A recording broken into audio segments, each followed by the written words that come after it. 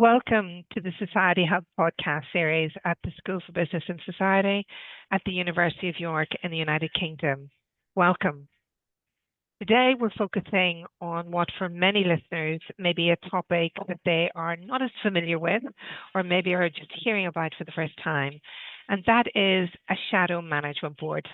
Our earlier episodes heard from colleagues within the School for Business and Society who explained the definition and purpose of a shadow management board. But today, we are learning more about how impact can be achieved through projects within a shadow management board. To help us learn more about a project approach within the Shadow Management Board at the University of York in the United Kingdom, I'm delighted to welcome my esteemed colleagues, Dr. Susan Watson and Catherine Botting. And together, we are all members of the Shadow Management Board here at the School for Business and Society in the University of York, UK. Catherine and Susan, you're both very welcome. Thank you for being with us. Susan and Catherine, you're both lecturers at the School for Business and Society here at the University of York, UK. While Catherine, you specialise in management and HR, and Susan, you specialise in criminal justice and social policy. You're both also members, as I've mentioned before, of this unique board within the school, known as the Shadow Management Board. We also have a senior management team that runs the school. So this is an opportunity for us to learn a little bit more about how those two entities work together. While in previous episodes, we've heard about the definition, strategic aim, and purpose of a shadow management board, I know listeners and viewers would benefit from a recap. So could you perhaps remind us of what for you a shadow management board is from your perspective? Yeah, I think for me, the shadow management board is I very much see it as a kind of critical friend, really, one in which the senior management team's strategic direction is examined and held to account, but in a way that is collegiate and forward-facing, really. Excellent, really helpful. And that whole concept of a critical friend, Susan, is really useful. Catherine, would you like to add from your perspective? Absolutely endorse the idea of being a critical friend, the people that perhaps hold the mirror up to the senior leadership team, because we bring such rich perspectives from across the school that you don't necessarily see when you're in a senior leadership role. It's just the nature of leadership. So absolutely that. And I think also we play a role in trying to bring the school together. So I can't even remember what year it is now that we came together as a school, and it's going well.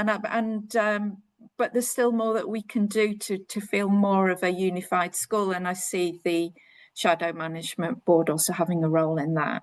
And equally, really helpful what you're saying there, Catherine, along with what Susan said. And I think something really interesting there is you said that sometimes, because of the busyness of a senior management team who have responsibility for leading the school in a university, they often, through busyness, just don't see things, or maybe don't have time to focus on those non-strategic issues. And what's really helpful that you've also said is that how we've been formed in the last few years. So listeners may not be familiar with the fact that we are a merged school. We were formerly the management school and formerly the School for Social Work and Social Policy, and we've come together to create what we now know as the School for Business and Society. So I think we're coming into our fourth year, which is fantastic. So thank you both for that. That's really, really helpful. As members of the board, how would you describe your role within the Shadow Management Board, particularly given a Shadow Management Board is so unique within the School of Business and Society, but also within the University of York here in the United Kingdom? For me, I kind of come to it with wearing a number of hats, really.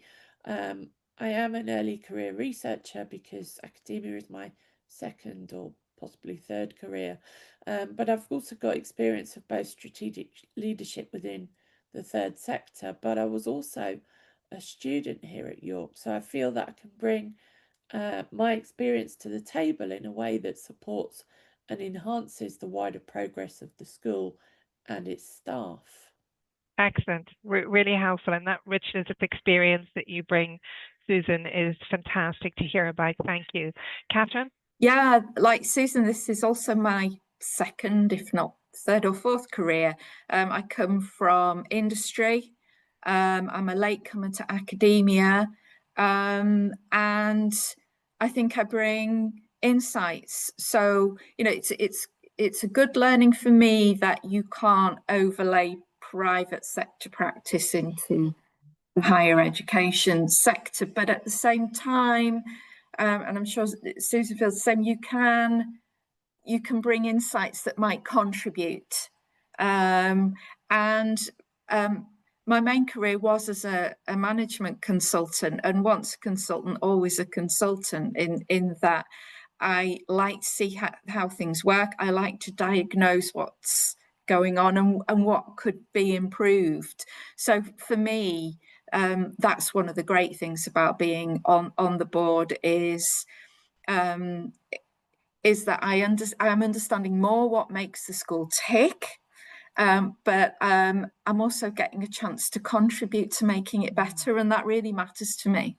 And fantastic what you both have said about that wealth of experience that you both bring, and the fact, and which might be new for many listeners and viewers, is that not all academics have gone straight into an academic career. Some, like yourselves, have gone through industry and other sectors and brought a real richness and wealth of knowledge and expertise, which really helps within a shadow management board. So thank you both for that. If I move on to the next question, please. Why was it important to you both that you joined the Shadow Management Board? It was important to me, firstly, to understand the school. As I say, I'm a newcomer to higher education, and so from a selfish point of view, it was about how does all of this work? So there's a curiosity there, and a real need to align to the culture that I found myself in. Because I really did, when I first came into academia, I felt like a fish out of water. But not go native so much that I can't provide a new perspective. It was also important to me because it felt like such a great idea. It was an innovative idea, and it showed me that the leadership was interested in learning and interested in what we think. And I wanted to be part of that. And again, I said it's really important to me to contribute. And that motivates me a lot, is that if I'm helping the school get better, then that's a really positive motivator for me. Right. Excellent. Thank you so much. Susan? I think, I see a lot of overlap between what Catherine said as well, but my impetus for joining the board and remains being active within it is an excitement really at the prospect of working with colleagues across the school, and in doing so shaping its future, I guess. My own lived experience of disability and background as a mature student both gives me a perspective that is traditionally ignored within senior management, but particularly within higher education.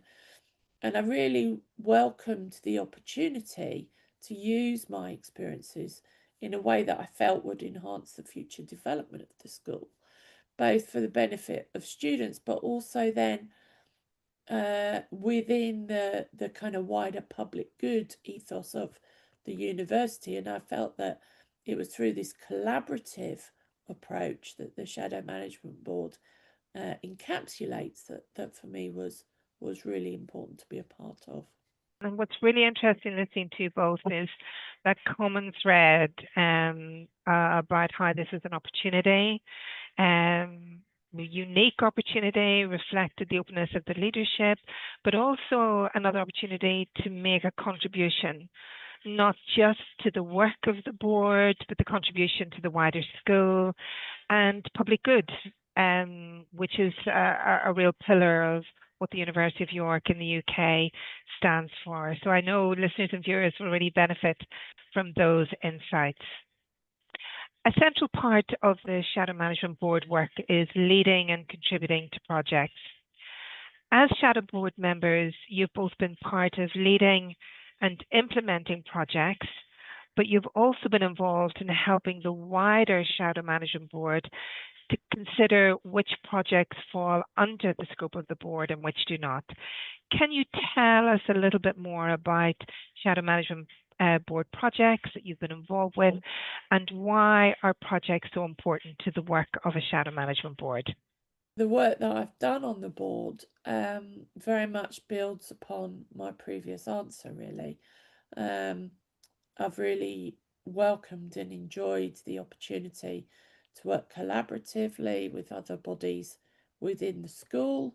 As a member of the Shadow Management Board, for example, Sinead and I did some work with the EDI committee, but also to try and move away really from the kind of traditional disciplinary or sectoral silos that so many of the university sector operates in. So my own research, my own work as an academic, as a researcher, is an interdisciplinary approach.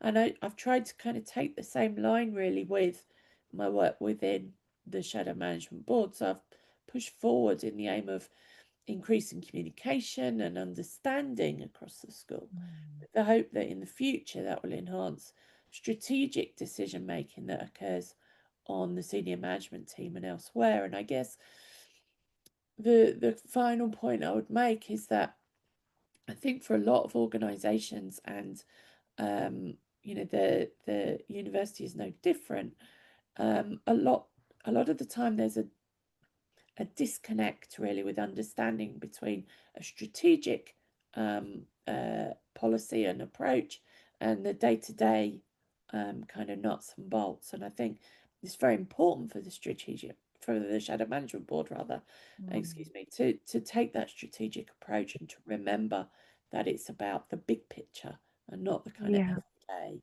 Before I ask Catherine to contribute, Susan, what's really useful is that emphasis on, while the strategic role is important, you mentioned interdisciplinarity and not getting caught up in the ongoing silos of the day-to-day implementation of the important work that universities have to do, but keeping that bigger picture. So I think that's really, really helpful insight. So thank you so much.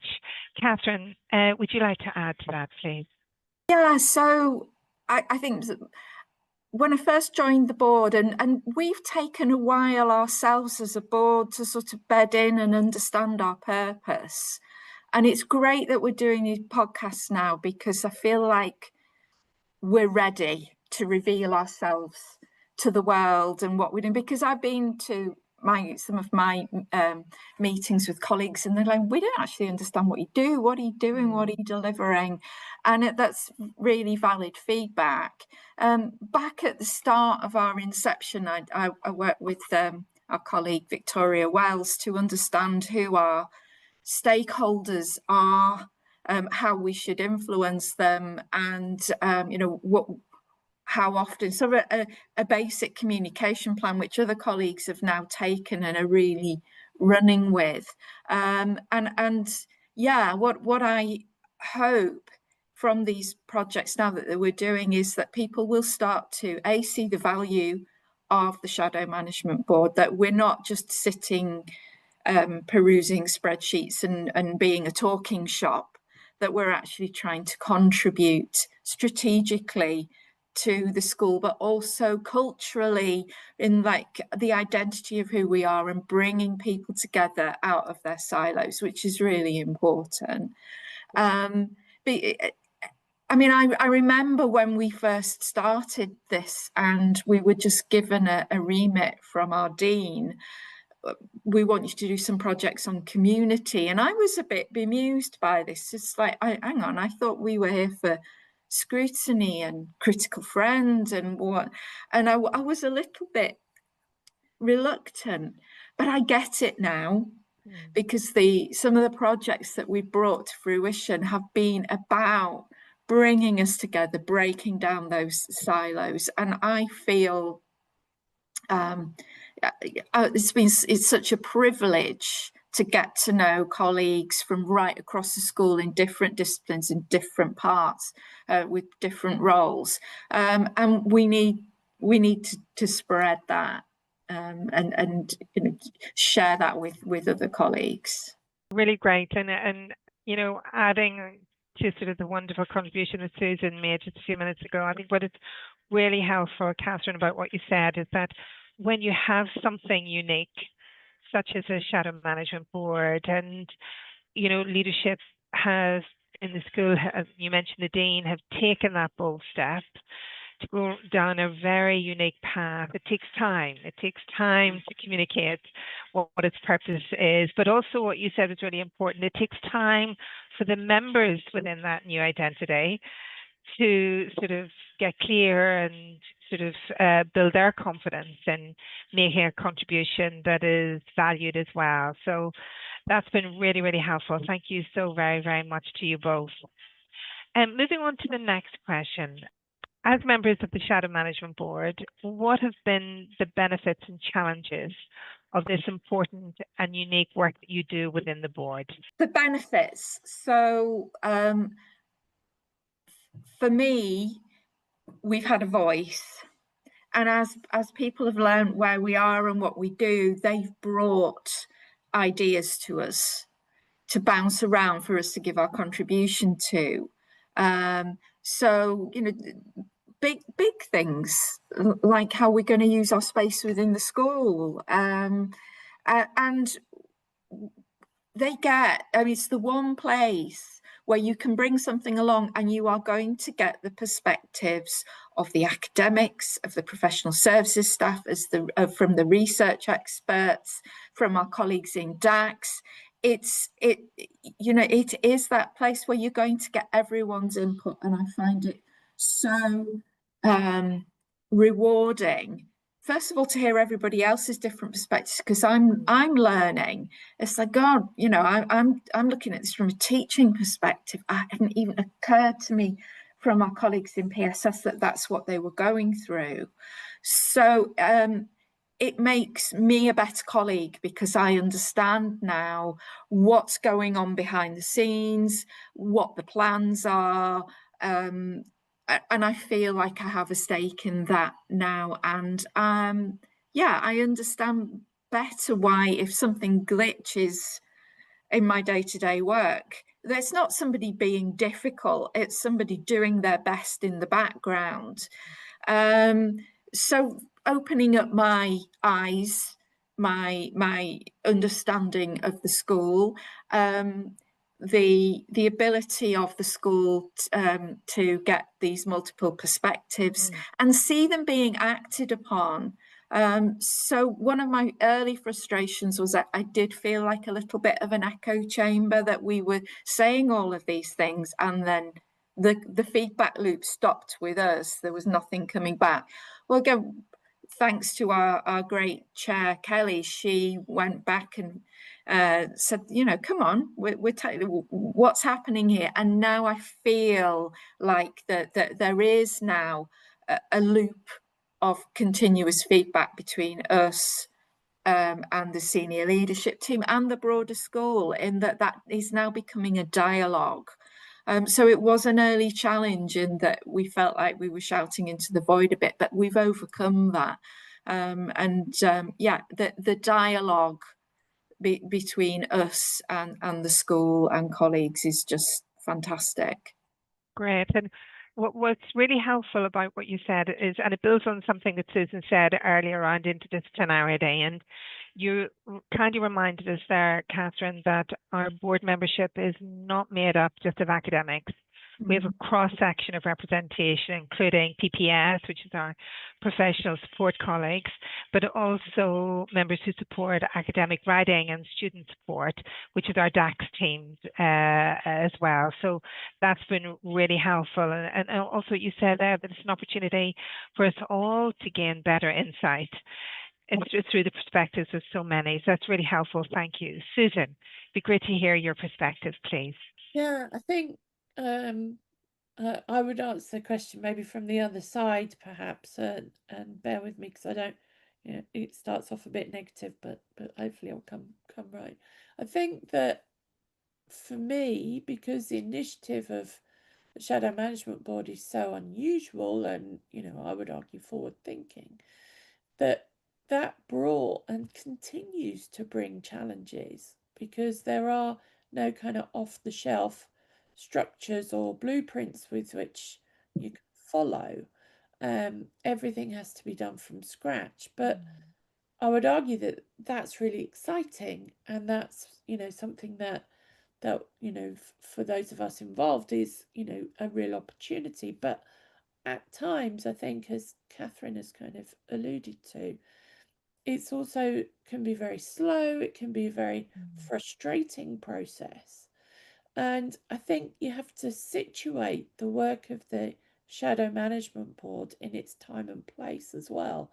So not only have we come out of, the creation of a new school within the university, but we're also deep into the financial upheaval across the higher education sector. So, with those kind of two things in mind, it's sometimes been a challenge, I guess, to kind of take that strategic lens in order to try and make some of the best decisions that we can in terms of advice and guidance for the future. Thank you, Susan. And what I find really interesting, what you said, is reminding us that when we're working in an entity that is very unique, there's no blueprint. In many ways, we have had to shape what we stand for. We were given a very broad brief. We were given tremendous support and trust, but that can, as you say, that takes time to meander through. And I think what's also really helpful about what you've reminded us of there, Susan, is that certainly within the United Kingdom, when the Shadow Management Board was established a few years ago, we could not have envisaged the economic challenges that would befall the whole higher education sector in the United Kingdom. And that in itself has been something that we've had to navigate and scrutinize and support the shadow management team around. So thank you. That's really, really helpful to remind listeners and viewers of that. Many thanks. Moving on to the next question, as many listeners and viewers may be learning about a shadow management board for the first time, can you tell us more about how often you meet as a board? We're bound by confidentiality, as you both know, Susan and Catherine. But within that, can you give listeners and viewers a sense of just that frequency and that broad overview of what it's like to meet as part of a board, please? So we meet monthly or thereabouts, and we tend to have kind of two aspects to meetings, I guess, kind of within a kind of 2-hour slot, which is the first part of the meeting. We will address short-term or often unforeseen issues that have come up in the interim period, where that critical friend role is crucial and comes to the fore. But then we also then spend time on taking a more strategic or medium to long term overview through those kind of projects and getting updates on how those projects are being developed. Now, for me personally, I think this structure is very important because it means we're both responsive and reflexive to issues as they arise. There's no point us being there and saying, no, we're not going to talk about this big thing when, for example, there's voluntary severance been announced or whatever. We have to have a view, we have to have a position. But by having that kind of two-part structure, so that we do move on to look at those projects and strategic goals, it means we don't then spend all our time as a collective kind of firefighting or kind of dealing with the immediate. So for me, it works very well. Catherine, from your perspective? Not a lot I can add to that, and I hadn't really thought about the way we split our meetings as responsive and then this more strategic, but that is exactly how it is. We sort of deal with business at the start. We've looked at the action logs from SLT, given feedback. We may get a speaker coming in to talk to us about something that they're proposing and get our feedback, so that there is that responsive element.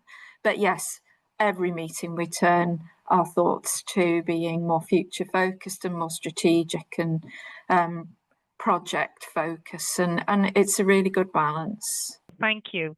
And reminding us as well about the importance of bringing in speakers from around the university and the school as well. So that's really, really great. Thank you both.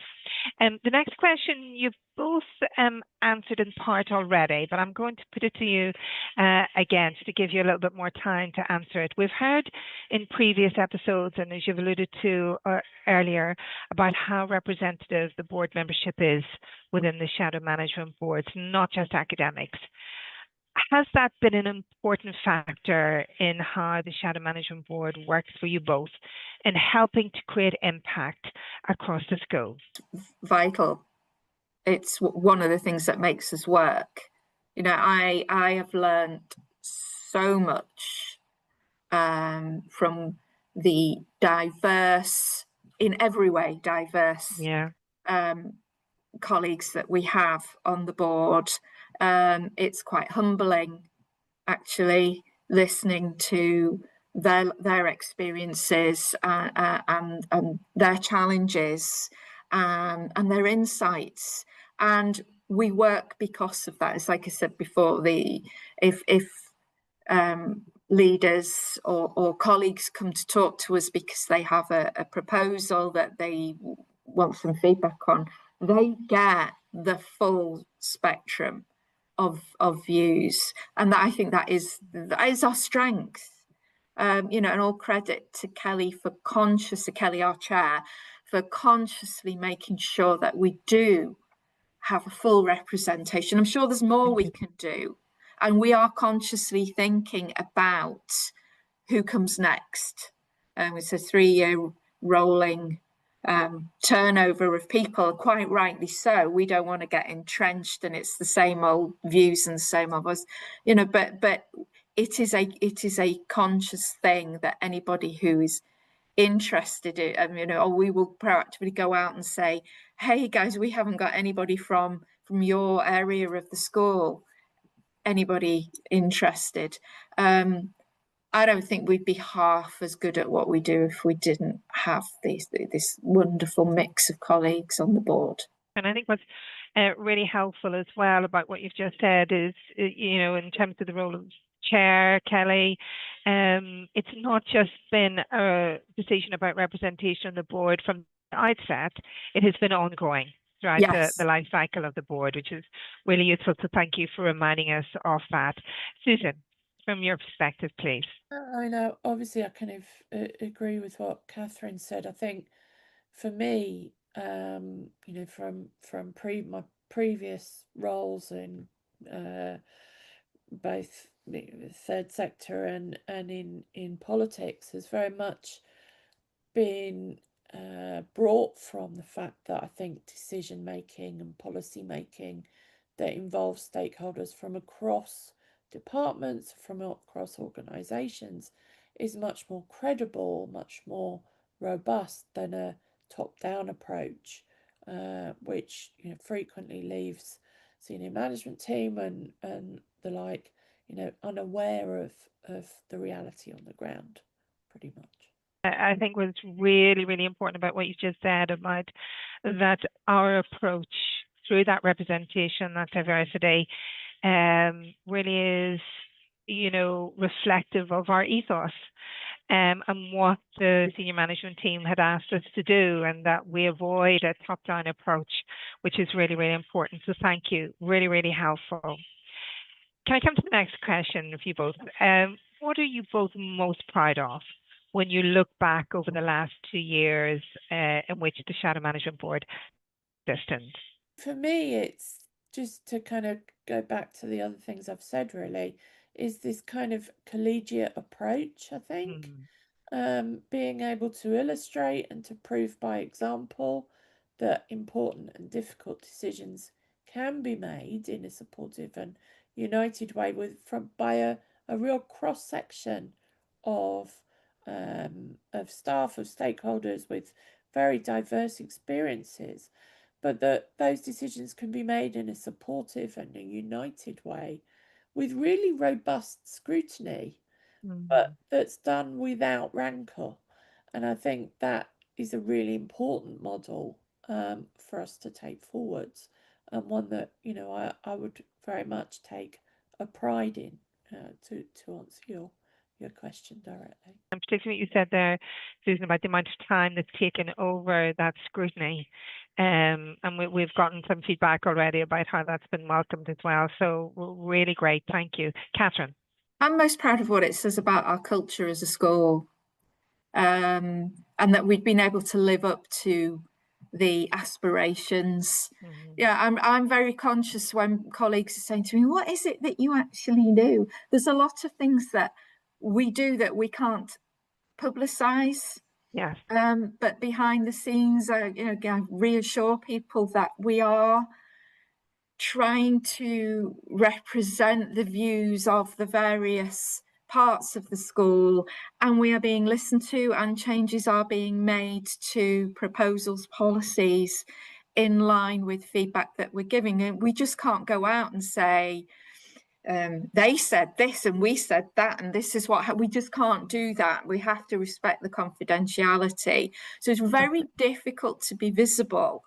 But we are having impacts, and I'm proud that we have the kind of culture that is open, that the leaders are open to listening, and that we as board members and potential future board members are still enthusiastic and still have faith in the process, because we could have got cynical by now, but because everybody's playing their part, we're not, and that says a lot about our culture. It builds so well on what Susan said as well, Catherine, what you mentioned there about that we've worked hard to live up to the initial aspiration of what a Shadow Management Board was about, and to sort of really do a good job for the courage that the senior leadership team took in establishing such a board as well. And I think what's also interesting, and you've mentioned a few times, when people ask, so what do you do? I always think that another way of looking at that is perhaps that's another sign that we're doing a good job, that we're able to manage the confidentiality, and there's no one sort of saying, well, why aren't the Shadow Management Board doing it more? So I think that's a quiet, confirmation in many respects of the great work the whole board are doing as well. So thank you both. That was really, really interesting. There may be listeners and viewers today who are interested in establishing a Shadow Management Board or being involved with it in their own organizations. What words of encouragement might you offer to them? I'll say do it, because the benefits are huge, as you've just heard, but do it mindfully. Really understand who your stakeholders are in this, who you need to influence. And if you don't have the buy-in from your senior leaders, it's probably not viable. Really helpful, because as you've said throughout, it's really important. This was born out of a decision by the senior leadership team. So I think that's a very wise piece of advice to offer. Thank you, Catherine. Susan? Equally, do it. And I think also, don't be disheartened when it does take time or it hits bumps in the road, because I think certainly if you're involved in the kind of from the outset, your role is in part an educational one, because you're introducing colleagues to the benefits that come from a shadow management board, but also it's your role to educate what it can't do. And I think, do it, but do it with maybe a longer term goal, rather than seeing it one that will accrue short-term benefits. Absolutely. And here, in terms of, that really important perspective, Susan, I think what really strikes a chord with me, and I know with our listeners and viewers, will be that it can take time. And when you work in a sector where it's all about deadlines and marking and results and research and scholarship, that often scrutiny takes a little bit longer. It doesn't necessarily work to a specific deadline. So I think it's really helpful that you've given such sage advice to our listeners and viewers in that regard. Moving towards our close, just one final question if I ask. What is the future and next steps of the Shadow Management Board from your perspective, please? I think we're at another point of change for the school. We've got appointments of new heads of group within that kind of middle tier of leadership, but also a new dean for the school has just been appointed. And I think this will be challenging for all of us. And I go back to someone I met at a previous university many years ago who shared with me his thought that academics don't like change, and that's why we work in academia, because there's very little that changes quite often. But given the dislike of change, or the fear of change that may be within the school as it sees this kind of new, the next phase, I guess, of its existence, I think that gives a real opportunity for the Shadow Management Board to really shine, because I think there's a real role there for the board in supporting the school and its new its new senior management team, rather, into the next era of its kind of existence, really. Really great, Susan, and particularly helpful for listeners and viewers to be reminded that change continues. You mentioned the restructuring, you mentioned our new dean that's just been announced, and new roles, and the Shadow Management Board being crucial in helping the school progress into that next phase. So thank you very, very much. Catherine?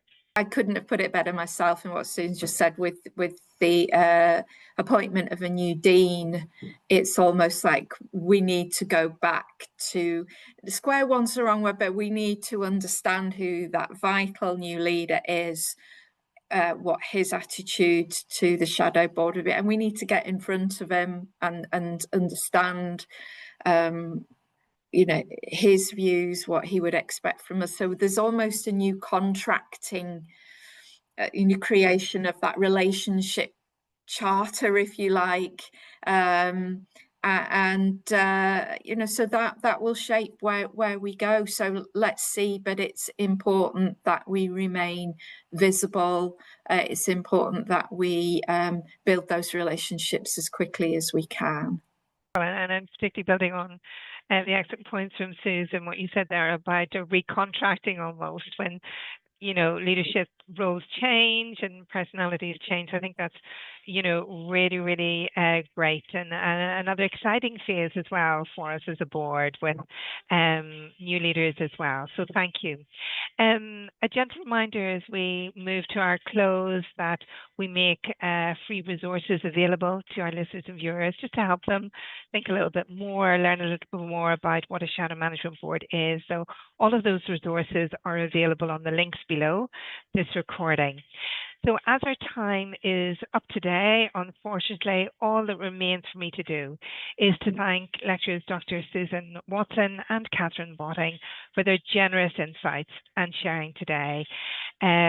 Susan and Catherine, thank you both very, very much indeed. Hopefully you'll come back and speak to us again. That'd be great. Thank you. Thanks very much. It's been great. Great, thank you. So again, just a final thank you to all of our listeners and viewers as well for joining us. Please tune in next time because we have a follow-up episode where we hear from two more colleagues around impact through projects, along with our earlier episodes on the whole theme of a shadow management board. So thank you again, everyone, for being part of the Society Hub podcast series here at the School for Business and Society at the University of York in the United Kingdom. We greatly appreciate you being here and we look forward to you joining us again. Thank you very much indeed.